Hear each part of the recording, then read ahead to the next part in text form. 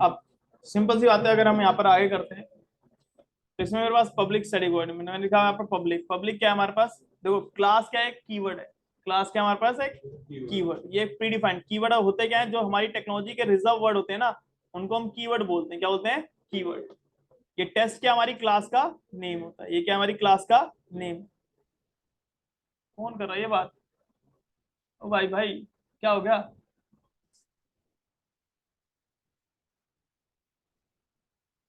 ठीक है, तो क्लास टेस्ट बनाई मैंने, क्या बनाई, क्लास टेस्ट। ये मेरा क्लास क्या एक कीवर्ड है, और टेस्ट क्या हमारी क्लास का नेम है।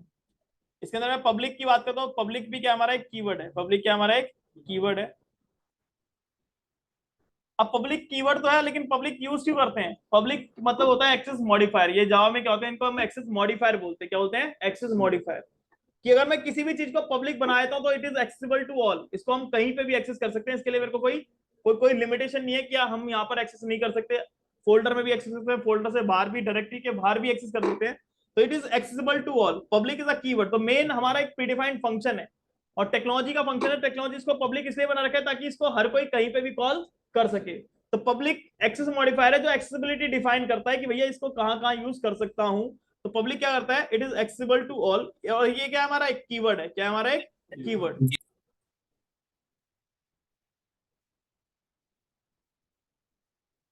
अभी मैं इन सबको बता दूंगा, अभी मैं सिर्फ मेन के बारे में बता रहा हूँ यहाँ पर। एक्सेसिबल, अभी हम आगे पढ़ेंगे। एक्सेसिबल टू ऑल, ये सबको ही इसको एक्सेस कर सकता है।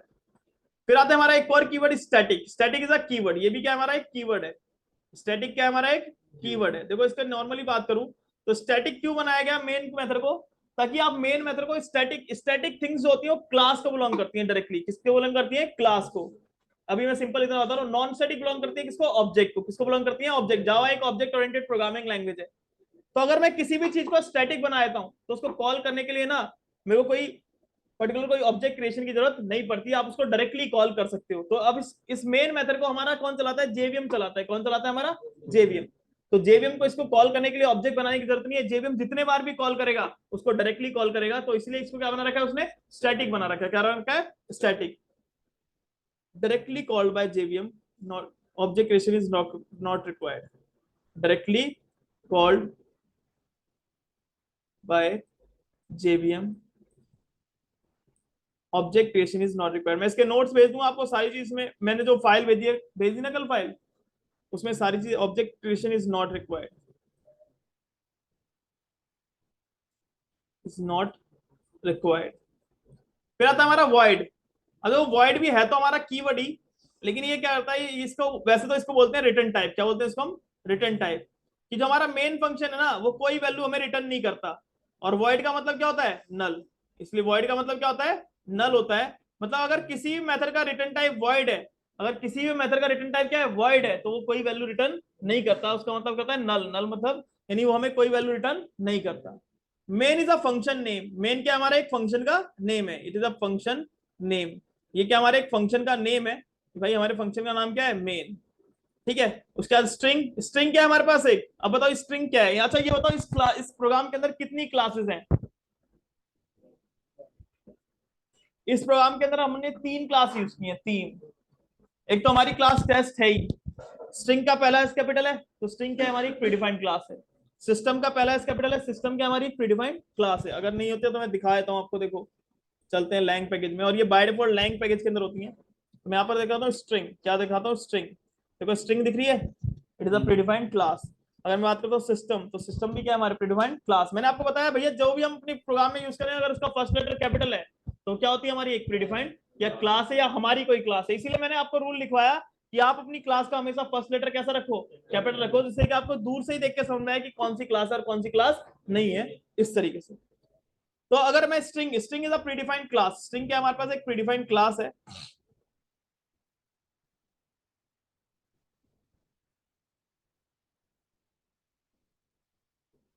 तो ये क्या हमारे पास एक प्रीडिफाइंड क्लास है। क्या है हमारे पास, प्रीडिफाइंड क्लास।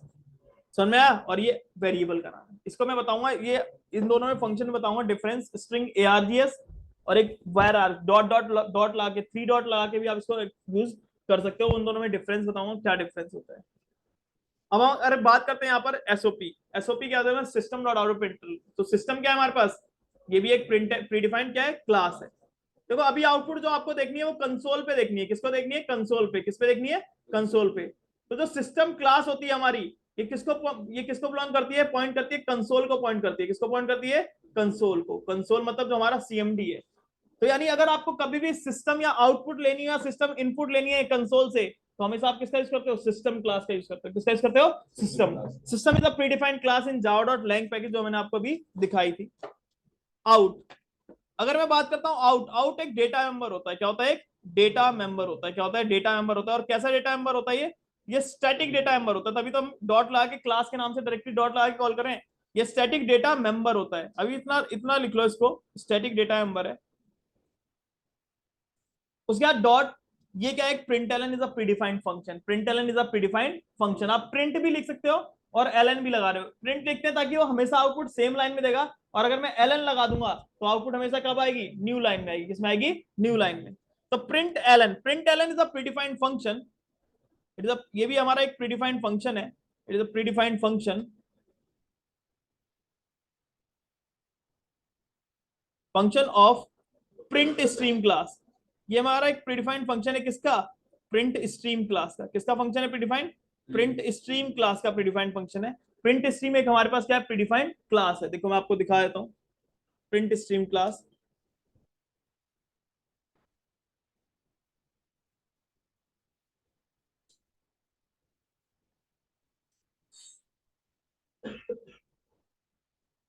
यहाँ पर हमारे पास एक प्रिंट स्ट्रीम क्लास दी गई है। क्या है ये हमारे पास, प्रिंट स्ट्रीम क्लास। मैं आपको सीएमडी के थ्रू भी दिखा सकता हूँ। तो मैंने यहाँ पर सीएमडी ओपन किया और यहाँ पर मैंने लिखा जावा पी टूल चलाया। क्या चलाया, जावा पी टूल। जावा पी जैसे जावा सी होता है कंपाइल करने के लिए, जावा होता है रन करने के लिए, जावा पी टूल होता है अपनी प्रीडिफाइंड क्लासेस को या किसी भी क्लास के कोड को, बाइट कोड को कन्वर्ट करने के लिए, दोबारा से डीकंपाइल करने के लिए किसमें, सोर्स कोड में, लेकिन पूरे ना करता। तो मैंने Java P tool, Java P, Java dot IO dot print stream. Print stream क्या है हमारे पास, एक प्रीडिफाइंड क्लास है जो जावा के आईओ पैकेज में, किसमें, जावा के आईओ पैकेज में। तो प्रिंट स्ट्रीम मैंने जैसे चलाया और एंटर मारा तो इसके अंदर ये प्रीडिफाइंड सारे के सारे फंक्शन आ गए। क्या आ गए, सारे के सारे ये प्रीडिफाइंड फंक्शन। जैसे यहाँ पर दिखा रहा हूँ, देखो प्रिंट, तो ये प्रिंट एलन नहीं है, ये क्या है, सिर्फ प्रिंट है। ये क्या, सिर्फ प्रिंट। प्रिंट मतलब लाइन को चेंज नहीं करेगा। और तो इतने सारे प्रिंट है, इसको बोलते हैं ओवरलोडिंग। क्या बोलते हैं, ओवरलोडिंग। मतलब एक ही क्लास में एक ही नाम के एक से ज्यादा क्या होना ना, मेथड बनाना। ये पॉलीमॉर्फिज्म का कॉन्सेप्ट होता है, क्या, ओवरलोडिंग। इसका फायदा क्या है कि आपको 10 नाम याद नहीं रखने। अगर आपको कैरेक्टर के लिए प्रिंट करना है तो कैर पास कर दो, तो वो वाला देखो। अगर आप वहां से कॉल करते हो, अभी मैंने जैसे यहाँ से कॉल किया, ये फंक्शन कॉल किया यहाँ से, तो इसमें डबल कोट्स में स्ट्रिंग पास की। क्या पास की, स्ट्रिंग। जब मैंने स्ट्रिंग पास की तो यहाँ पर एक मिनट ना, हेलो हेलो, ऑफिस में था।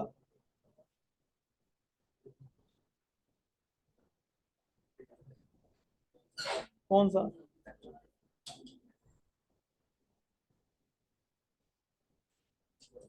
चल मैं एक बार देखता हूँ अभी।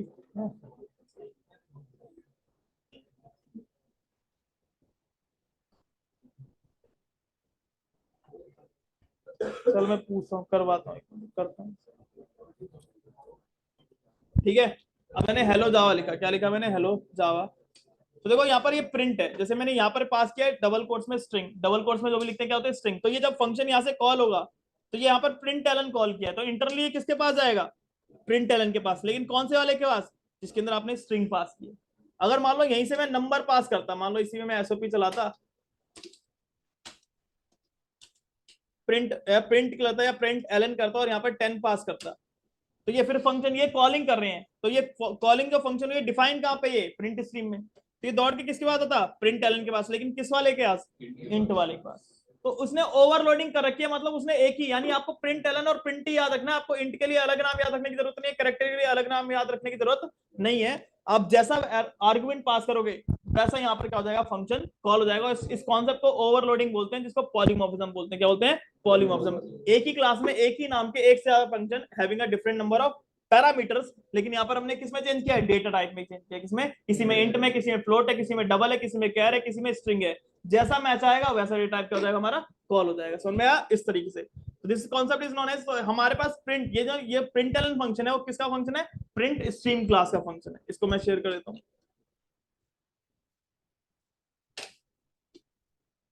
इतना समझ में आया सबको, इसमें कोई डाउट तो नहीं। तो ये मैंने अभी आपको ये रूल लिखवाया कि ये चार, ये जो मैंने 5 रूल लिखवाए, इसको अगर फॉलो करोगे तो कभी कोई दिक्कत नहीं। जो मैं रूल लिखवाऊंगा उसको अगर फॉलो करते चलोगे तो कोई ना तो सिंटेक्स एरर आएगी ना ही। अब आपको प्रैक्टिस करनी है कि कैसे प्रैक्टिस करनी है वो मैं आपको बता देता हूँ। तो आप पहले इस वाले को एक बार ये वाला प्रोग्राम चलाओ, हेलो जावा वाला, जिसने जिसने इंस्टॉल करा है या जिसके में नहीं है अभी, किसी ने नहीं किया, चलो घर पे चला लेते हैं। लैपटॉप लेके आया करो अपना यहाँ पर।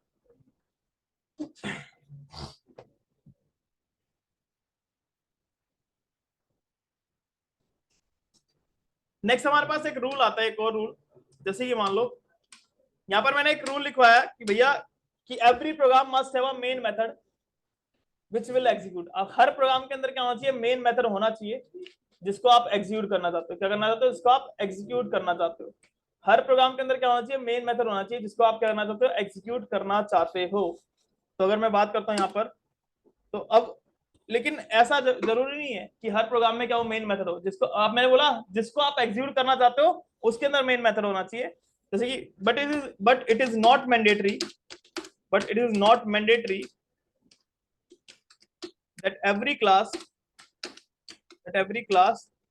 have main method। लेकिन ये जरूरी नहीं है कि हर क्लास के अंदर क्या हो, मेन मेथड हो। लेकिन ये जरूरी नहीं है कि हर क्लास के अंदर क्या हो, मेन मेथड हो। मेन मेथड उस क्लास के अंदर होना चाहिए जिसको आप रन करना चाहते हो। जैसे ट्रेन होती है, ट्रेन, अब हर कोच में इंजन तो होता नहीं है, इंजन तो सिर्फ एक ही होता है। लेकिन हम क्या करते हैं, जैसे इंजन चलता है सारे कोचेस चलने लग जाते हैं। मतलब क्या है कि इंजन एक मेन है, एक मेन पार्ट है, उसके बाद हमने कनेक्टिविटी कर रखी है सारे के सारे कोचेस की।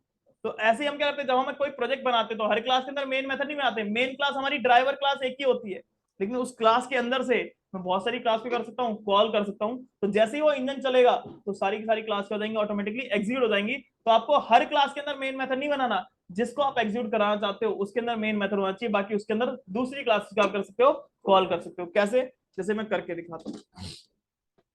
जैसे मान लो इसी फाइल में एग्जांपल दिखाता हूं, मैंने एक क्लास बना दी यहाँ पर test1। क्या बना दी, test1। लेकिन इसके अंदर मैंने कोई कोई मेन मेथड नहीं बनाया, लेकिन इसके अंदर एक अपना खुद का मेथड बनाया, स्टैटिक वॉइड शो। मान लो ऐसे मैंने बना दिया। स्टैटिक इसलिए बना दिया ताकि डायरेक्टली कॉल कर सकूं, उसको ऑब्जेक्ट बनाने की जरूरत ना पड़े। अब अगर मैं सिस्टम डॉट आउट प्रिंटलन करता हूं, पहले एरर लाके दिखाता हूं। मैंने कर दिया हेलो test1। क्या बना दिया, हेलो test1। मैंने इसको सेव कर दिया। चलो मैं इस क्लास को करता हूँ, एक बार इस क्लास को करते हैं हम कंपाइल। मैंने यहाँ पर जब इसको कंपाइल किया टेस्ट डॉट जावा को, अच्छा ये बताओ जब मैंने टेस्ट डॉट जावा को करा कंपाइल तो कोई एरर नहीं आई, हमारा प्रोग्राम कंपाइल हो गया। अच्छा एक क्वेश्चन पूछता हूँ कि यहाँ पर ये बताओ डॉट क्लास फाइल कितनी बनी होगी। यहाँ पर जो डॉट क्लास फाइल बनी होंगी वो कितनी बनी होंगी, एक बनी है या दो बनी है, दो बनी होंगी। कितनी बनी होंगी, दो। तो ये रूल हमेशा याद रखना, यहाँ पर दो डॉट क्लास फाइल बनी होंगी।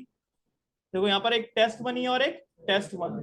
तो ये रूल क्या होता है, चाहे कोई भी क्लास हो, अगर कहीं पे भी इंटरनली भी क्लास बन रही है कोई, तो ये रूल हमेशा याद रखना, एवरी क्लास, चाहे वो एनोनिमस हो कोई भी क्लास हो, every class have a separate dot class file in जावा।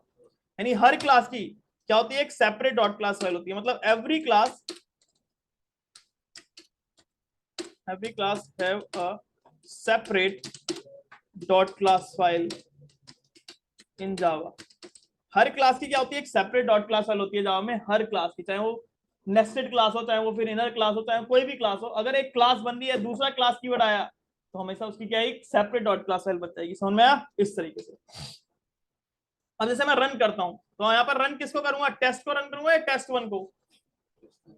चलो टेस्ट को रन करते हैं। तो अभी आउटपुट क्या आएगी, हेलो जावा। और अगर मैं इसको रन करता हूं तो आउटपुट क्या आएगी, हेलो जावा और 10। ये आउटपुट नहीं आएगी। चलो देखते हैं। तो यहाँ पर जैसे एंटर मारा तो ये आउटपुट नहीं आई। अगर मेरे को ये वाली आउटपुट देखनी है तो क्या करेंगे,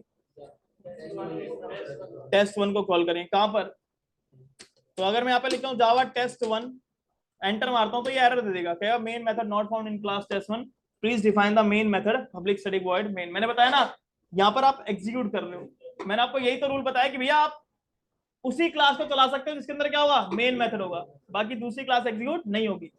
रन सिर्फ टेस्ट वन होगी, क्योंकि टेस्ट वन के अंदर मेन मेथड है, यहाँ पर मेन मेथड नहीं है तो ये एग्जीक्यूट नहीं होगी, ये क्लास एग्जीक्यूट नहीं होती, यहाँ पर मेन मेथड नहीं है। तो जावा टेस्ट, ये मेरे पास मेन मेथड इसके अंदर नहीं है, तो ये क्लास हमारी एग्जीक्यूट नहीं होगी। अगर आपको उस क्लास को एग्जीक्यूट करना है, अगर आपको उस क्लास को करना है एग्जीक्यूट करना है, तो उसके अंदर क्या बनाना पड़ेगा, तो आप उसको ऐसे मत करो, आप कह रहे हो इस टेस्ट यानी इस शो मेथड को आप यहाँ से कनेक्ट कर दो, क्या कर दो, कनेक्ट कर दो। यहाँ पर आपने लिख दिया टेस्ट वन, टेस्ट वन से क्या पहुंच गया मैं, टेस्ट क्लास के, टेस्ट वन क्लास के पास पहुंच गया। डॉट, डॉट क्या होता है हमारा, एक मेंबर एक्सेस ऑपरेटर होता है, क्या होता है हमारा, मेंबर एक्सेस ऑपरेटर। मतलब डॉट के थ्रू मैं उस पर्टिकुलर क्लास में गया टेस्ट वन के अंदर, और उसके अंदर से डॉट के थ्रू, मेंबर एक्सेस ऑपरेटर के थ्रू मैंने करा उस शो मेथड को कर लिया, एक्सेस कर लिया। तो मैंने यहाँ पे लिखा डॉट शो, और डॉट शो लिखा, तो अगर मैं इसको सेव करके चलाता हूँ, तो जैसे ही मैं इसको सेव करके चलाऊंगा, यहाँ पर मेरी आउटपुट क्या आएगी, मैं टेस्ट को कंपाइल करूंगा और टेस्ट को ही रन करूंगा, तो हेलो टेस्ट वन आ जाएगी। तो इसीलिए ये मैंने बताया कि it is not mandatory that every class have a main method, main method सिर्फ उसी क्लास के अंदर होना चाहिए जिसको आप एग्जीक्यूट करना चाहते हो। समझ में आया, इस तरीके से। तो इतना करके देख लेना, नेक्स्ट क्लास में मैं वेरिएबल्स और डेटा टाइप्स कराऊंगा, यानी मंडे को। अब क्लास कब होगी, मंडे को, ठीक है, ओके।